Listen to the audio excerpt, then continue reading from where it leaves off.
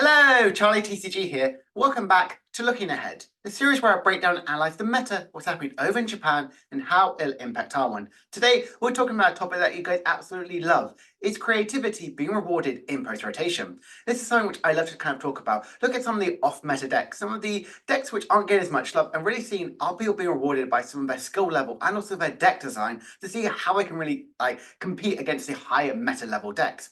So we're going to break down some of those lists today, as well as also look at the top 16 and meta percentage. Is Zard back on top, or could we see a brand new archetype break into that top 4? And honestly, today we do have that. So there's also some brand new cards as well. Thank you so much for all the support on the videos last week. It truly does mean a lot. And without further ado, let's jump right into some of these new cards. So we saw Makago EX, which is the first Terra card we've seen in a while, which is of its exact type. The first attack we don't really talk about, but the second one is pretty decent. 140 damage, and each player discards the top card of their deck.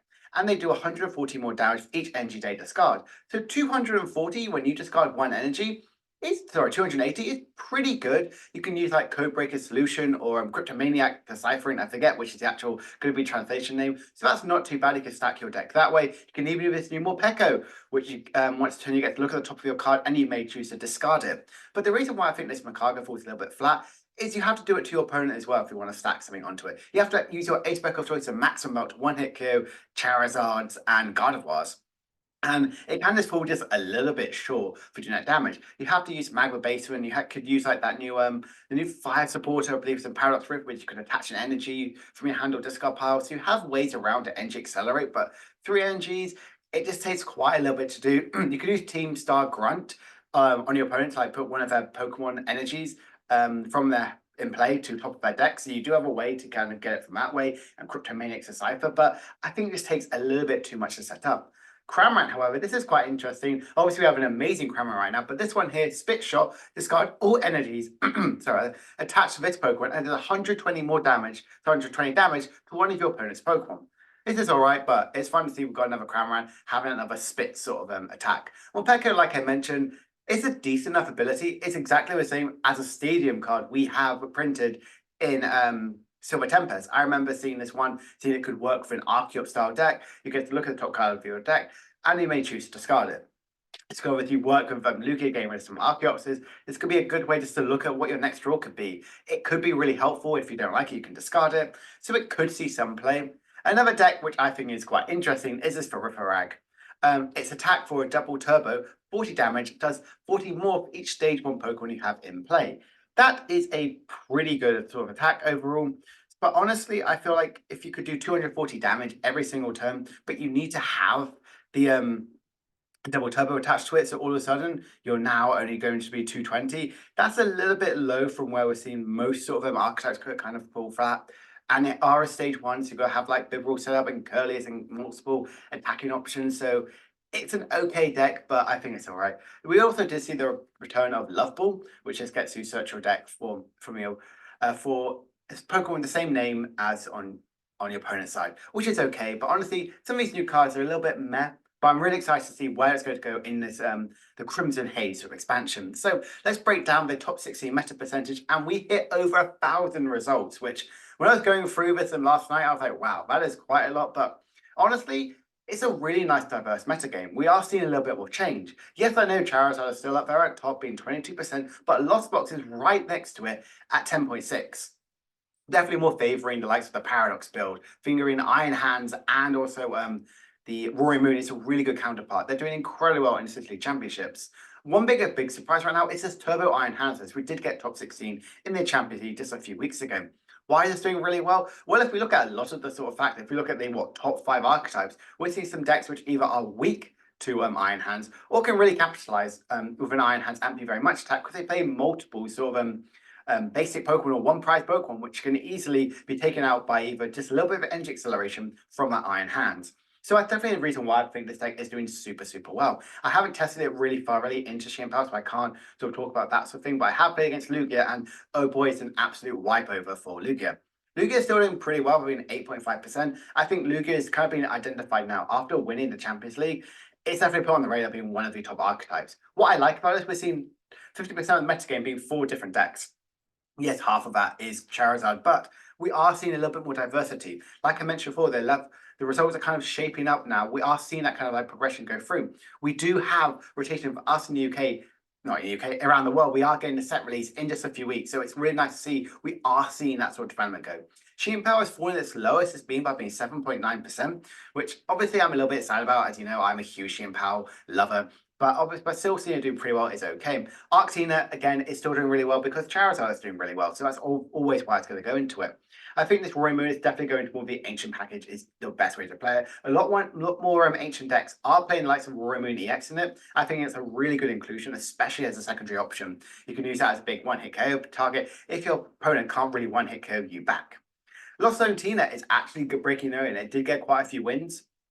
Definitely people are kind of like figuring out exactly the best way to play it. Do you play Iron Leaves in that to really help you in a character matchup? Do you play Maxim Belt? Do you play Prime Capture? There are so many different ways to understand exactly how the deck is going. It is doing pretty okay.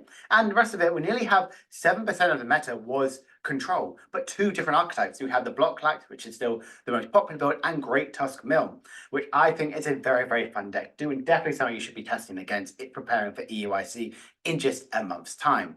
So what does this meta share really talk to us exactly about how it is developing? Well, we're seeing Charizard do really well, and some counter decks of Charizard perform okay. The Turbo Iron Hands, the Arctina, these are decks which have a pretty okay matchup going into Charizard to perform pretty all right. Same thing with Lost Tina as well. We're seeing Shein Power as still very, very dominant in the metagame by being 7.9 and constantly being that threat. Lugia is still doing really, really well because it's a very much a, people labeled it over here, a theme deck because you have like nearly a 20-20-20 split of Pokemon trainers and energies, and it can perform very, very well. And Lost Box is definitely surprised everyone by doing really well. People thought we were really hurt by removing likes of Escape Probe and the likes of Battlefield IP Pass, but honestly, it's been defending itself. It has the Dittos, it has Buddy Buddy Poffin. There are so many ways around it about how it can kind of keep up. If we look at what the top 6 archetypes are, we're seeing, yes, Charizard is still up there at number 1. I don't think it's actually moved since rotation hit about a month ago, which is honestly wild to think about. We are seeing Lost Box increase a little bit by getting that 2nd place. Same thing with Lugia climbing back up the ranks up to 3rd. That Turbo Iron Hands, what I keep talking about, is still there at number 4. But you can see the results in all of these decks. There is a ton of stuff, very heavy, top heavy for Charizard. You can see here the results are a lot more curious that Charizard performs much better in the top 8 than it does in the top 16. Shein Power did fall down from 2nd down to 5th. I believe if you look at some of the matchups as well, it probably struggled with quite a few of the archetypes as well. And we are seeing a return of Arctina being back in at that top 6 by still getting quite a few wins overall. I think I always love covering what are the top 6 archetypes. It's a good way for you to really keep up to see exactly how the meta is evolving. If you're seeing that, oh, Charizard is constantly at number 1, well, you should probably be testing Charizard a ton. We're seeing here with the number 6 archetypes. Last week, all it literally swapped was stalled for Arctina. So again, if you're thinking about what you want to be testing for EUIC, look no further than some V6 decks plus 7 if you want to choose Stall, which was literally number 7 archetype. So I really like this, but without further ado, let's actually break down what are the most creative ways that people are playing some decks. Well, if we look at this Charizard deck here, you can go, oh, it looks normal. It's got Charizard, it's got the Pidgeot, but wait, it's got 4 Choruses, Experiment, and Cramorant. What? So yeah, this is really focusing a lot more, less of the Arven package, but more of the Chorus engine to draw cards. We did see this of the likes of Charizard when it was trying to like figure its way, but this honestly can work. You can use Lost City, which not only fuels your side, but also fuels your opponent's side as well by removing these really key threats. If they have an Iron Leaves, you can easily one-hit KO it back with either Radiant Charizard or even the likes of your Charizard EX as well. Cramorant is a really good early attacking option, and that's one thing that maybe Charizard decks can really struggle. Maybe in their first few turns they can't really get that big little KO, that little chip damage as well, instead of like forcing out a 2-prize Pokemon from your side. So having that Cramorant is a really nice inclusion. The rest of it is still the normal sort of plays we're seeing with the Pidgeot build. We are seeing the Lumineon and Rotom, still very, very powerful. Jirachi, because people probably opting to play their Jirachi's back in, but how powerful Lost Box has really kind of become. They still play the Arven, the Ionos, and even I like the Roxanne in this one to be that more destructive capability. Going down from like the 3 Ionos to a 2-1 split, I think is a very good inclusion. I love this creativity. I'm really excited to see that there is some initiative with Charizard. We also did see another version of Charizard with Arceus in the deck. This is a version we haven't seen in such a long time. This was, I believe, one of the most popular versions to play it right in the early sort of game, back in October time when Charizard was out. The rest of it is still the rest of the Bibarel engine with the Evo but section. They are playing the 90 HP Charmeleons with no copy of Manaphy, which is definitely a bit of a threat. I think if you're seeing how powerful Lost Boxes and Xianpao, the big aggressive users of Radiant Greninja, really actually losing to that, it's definitely something I was really considering for to try and add in a Manaphy, whether you go down to a 2-1 split of Arceus or even cut down one of your other sort of cards as well, like maybe go down to, I don't know, potentially like a 2-1 split of Arceus V-Star. I would, in theory, I want to have that Manaphy. I would want that protection on the bench, especially if you're playing the 90 HP one. The rest of it is kind of exactly how we're seeing the Arceus version. Sorry, the Charizard build go with it. Having that Maxim Belt, I think you need, especially in Charizard, purely because you can take that big one-hit KO on a Xianpao straight away and not rely on them taking 2 prizes beforehand. Another way to play Charizard as well. Just a little bit of creativity, and it is still being rewarded. This Lugia build is very interesting indeed. Playing that Noivern, that's blocking out from doing anything from the opponent, is pretty good as well. It works well because you can use that colorless effect of 70 damage, but also you can still carry on with the Minccino. I really like this sort of way of how we're kind of evolving to play Lugia, but you are basically playing 3 stage 1s, which can be a bit difficult to set up, and your Mincinos and, your Cinchinos, Mincinos, and also Noibats have very, very low HP at the start. So again, a Greninja can easily punish you as well. An Iron Hand won't be able to one-hit KO Noivern, so you can go well into that sort of matchup.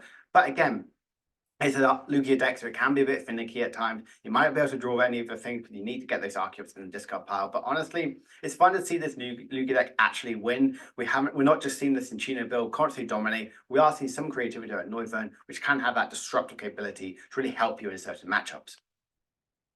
Then we are seeing the likes of this Dialga deck, which has had a lot of hype. I know likes of Andrew Mahone be talking about this deck quite a lot by really abusing that Metang sort of ability, where you, when you evolve into it, and at any time you can look at the top 4 cards of your deck and attach as many metal energies from there to your Pokemon in play, then put the rest of them at the bottom of your deck. It's a good way as well, so you're not shuffling back in, so it helps with that draw factor. You're constantly drawing for your deck. If you set 3 of these out, you're basically drawing 12 cards. Greninja, you're drawing 14 cards from your deck. It's really, really powerful. And any sort of cards you don't want, you just pop right at the bottom of the deck. So you're not drawing into that for the next Metang. This can work well because Dialga obviously has that very costly 5 energies to take its next, to pretty much take another turn from the effects of its V-Star attack, but also it's got other attack, Star Chronos, and you've got Metal Blast, which does a ton of damage as well, which can really be helped with the likes of Metang. Obviously have its Mew and Zamazenta's other good secondary attackers, as well as also Basket Legion, which can shuffle in all those energies at the late game to do a huge amount of damage for no energies. One thing I've found this deck, it does work pretty well into some matchups, but it takes a lot to set up. It can very much struggle against the likes of Xianpao and Charizard. These decks, which are very fast, very aggressive, and a ton of HP, can be very difficult sometimes for Dialga to deal with. Yes, I know Dialga deals a weakness against Xianpao, but it can be a bit finicky to really get your setup. You need to have your Dialgas plus like 3 Metangs to really have a good set going. And again, you're not playing anything to help you against Greninjas, help you against Sableye. So this deck can definitely struggle against some bench sniping capability. You are also playing 17 energy, but this obviously did really well. It did get quite a few second places, top 4s, and gain a win as well. It's still pretty good, but definitely 17 energies and quite a few Stage 1 Pokemon can be a bit tricky to have that constant setup. Espathra is a deck which has seen a ton of love and hype, especially in our format. I've seen quite a lot of people play it online, but also it's having a lot of love over there in Japan. Why is that? Well, the likes of Roaring Moon and Charizard are weak to grass, and also Darkrai, which are very, very popular Dark EX Pokemon, and V-Stars, which have been played a lot right now. Why is Espera good? Because it has a very good ability, which means that basic Pokemon needs 1 more energy to attack. Or I think it's every Pokemon or basic Pokemon. I always forget which is the correct way. You can chuck the likes of a Team League headquarters. The opponent's going to need 2 more energies to get an attack with it. That's 5 energies on a Roaring Moon to get at least something going, which is very much quite a lot of energies to keep, especially even in the likes of the single prize deck as well. How do you focus? Well, you do have the Xatu. Xatu gets you energy accelerate and draw some cards, so that's pretty powerful. The Mewtwo EX I like, doing more damage from the amount of psychic energies you have in play. You have also Espathra, which gets prevented by any damage done to him, which is really good. You have the Tulip to like recycle your Espathras and all your psychic Pokemon, which I really like as well. And also having the Combustion Blast works well in this deck as well, because your opponent's probably going to go down to 1 prize card and doing guaranteed 280 damage is super, super good. Hero's Cape makes a lot of your Pokemon have a ton of HP. Charizard and Espathra, that's 360 HP. Mewtwo has 330. That is a lot of HP for some Pokemon. I think this is a really interesting version to play Espathra. I like that we are seeing it get a winning list. We are seeing quite a few top 4 lists as well as the second place Gardevoir version with the Espathra EX as well. Again, we are seeing the Hero's Cape, but also, like I mentioned, it has the Team League headquarters, really punishing your opponent from having these low energy sort of attack costs, really punishing them for doing this huge damage. Just try and get anything from them. You can really slow down your opponent. I like this version because it's still just a regular Gardevoir deck. It has a Drifloon and also Screamtail, which is basically the best way to play Gardevoir right now as a secondary attacking option. But Espathra has that really good capability. It helps you swing certain matchups, especially in the Charizard one, by having a big one-hit KO capability from one of your side, as well as also carrying on with the regular sort of patterns what Gardevoir lists really work with. I think this is a good build of Gardevoir, especially with Espathra. Is this actually the best partner to go with it? You can load a ton of energies from Gardevoir's Psychic Embrace ability to your Espathra and really punish your opponent as well. So this is an interesting way. I like seeing this Espathra love. I'm very excited to see how it will evolve into the rest of the metagame. Will we see the rise of Espathra? We obviously, it's definitely in the other subcategory, but definitely something to at least keep you on your radar if you're really wanting to focus on Roaring Moon and Zard in the early post-rotation format. Raging Bolt has had a little bit of love this week. Like I mentioned before, there's been some crazy archetypes that can't do well. This one here is none exception. What I like is a partner with Palkia. It means you can use your Greninja, Radiant Greninja to do some sniping damage capability that way, turn 2, but also you can use your Palkia as another attacking option. 260 damage if both players have a full bench is nothing to cry about. It's a very, very powerful attack, and it works really well by energy acceleration from Discard Pile on to your Pokemon in play. Well, obviously, just your Palkias. We do obviously have the Raging Bolt and the Sandy Shot combo, which is definitely a much more popular build. Raging Bolt has kind of had a lot of love, but I've seen a lot of people kind of fall out of love with it recently. I think people are realizing it is just a little bit of a pile. It did have too much hype to it. And even in my testing, I've kind of been a little bit disappointed by it. It's always like a few cards away, but I found, especially with the likes of EXP share, it's the best way to go with it. But this is a different creative build of this one. Still playing the side of the box, but also playing a lot more other supporter outs. Playing the likes of Pokegear, playing Research, playing Irida, Iono. These really good sort of draw cards as well, and really getting the pieces you might need to have, especially to keep your attack and keep on going. Yes, the Palkia does really help you. It kind of like energy accelerates straight to the Palkia, and you can use that to discard. That's basically an additional 210 damage, which is really, really powerful. But yeah, I'm a very big fan of Raging Bolt. And to carry on with that one, we are seeing it get a top 8 version as well. This build of the Lost Box, actually, I think it was top 4, but it was either top 4 or top 8. But this is a very interesting build. Still going the Paradox sort of option as well by having Iron Hands, because Iron Hands is such a good attacking option. And it works really well in Raging Bolt, because you both only need one lightning to keep going. You play Shaman to help you in a Charizard match, you play Slithering to help you against the opposing Iron Hands, Fluttermane to really help you against the opposing Lost Box of engine, and then you have a big sort of attacking option from the likes of Raging Bolt, which can be set up a little bit later by chucking loads of Mirage Gates onto it, Sardas, and just all of a sudden you have this massive behemoth Pokemon which could do a ton of damage. It's a really good like counterbox as well for Lost Box. I love this creativity for this one. We are seeing still this like the Paradox version, but having a Raging Bolt as another attacking is such a good option. I really, really like this version. I think this is super good. I want to be testing this to really see exactly how can I really focus on this one. There is a ton of different attacking options as well. You're giving a lot of threat. Yes, I know with Lost Box, it can be a bit finicky at times. There's so much more concentration in other decks as well, but this is like peak creativity in this format, which I absolutely love. It did get rewarded for a top 8 position. Now let's talk about Arceus, a deck which is definitely a lot of people have been a bit surprised by how powerful it's kind of been. And this is obviously the classic Arctina, but with a 1/1 line of Vulpix. I like that inclusion. I think Vulpix is such a good attacker in the next future. I've been testing against it. It's the deck which I keep on the radar as well, because if I'm thinking about a lot right now, my thoughts is Charizard or Shein Power, the deck which I'm testing a lot for EUIC. It loses incredibly hardly to Vulpix, so I want to know the counters for it. And it works super well. You obviously have a Churros and you have your Sharon's Care, so you can like pick up some Pokemon as well and just have a lone Vulpix and go deal with this. You have a Team League headquarters, so again, if the opponent wants to deal with a basic Pokemon, Roaring Moon now need 4 energy. Gouging Fire needs 4 energy. There are a lot of Pokemon, it's just a lot more energy to constantly get these big one-hit KOs back on your Pokemon. I like the Eerie. I think Eerie is such an underrated card and works super well in that Arceus. You want that Disruptum from an Arceus sort of deck. You can get rid of rare candies, get rid of superior entry retrievals, get rid of switching cards, get rid of ace specs. There are so many good options with Eerie, and I love that Disruptor capability that Arceus is really holding on to. Obviously, Giratina is such a good attacking option. You obviously can use the maximum out to one-hit KO Charizards, or just have that lone Vulpix in play and force your opponent to use one of their mini bosses or counter catcher, which obviously they can use, but it can be very difficult as well. They might want to play a boss counter catcher play, hence the Sharon's Care and Shiro to pick up all your Pokemon and just have a lone Vulpix in play. I love this version. I think this is a very, very powerful deck to be playing. Obviously, but carry on this one, we're also seeing the Vulpix build, but also that the Noivern as well to have that disruption in the early game from your opponent. The Pidgeot works well just getting any Pokemon set up because people aren't worried about path to peak. There are no ability logs. You can play these Pokemon with absurdly good abilities like Pidgeot. Just get any card you might want to have.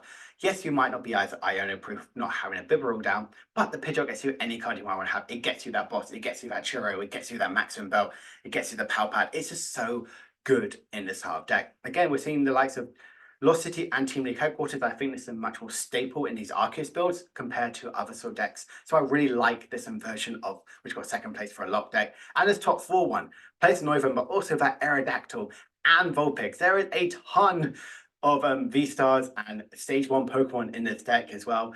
I like the Ditto as well because you play a ton of Pokemon that have a lot of HP. So starting with this Ditto means you can get any one of your Pokemon to start off the game with. It is very, very strong. Again, you have the Churro to have that lone Vulpix play. You have the Hero's Cave to have a ton of HP. You have the Mimikyu to really stall out your opponent. And Aerodactyl to make sure that people can't play their V-Stars. If you're against a Lugia, you just chuck this out there.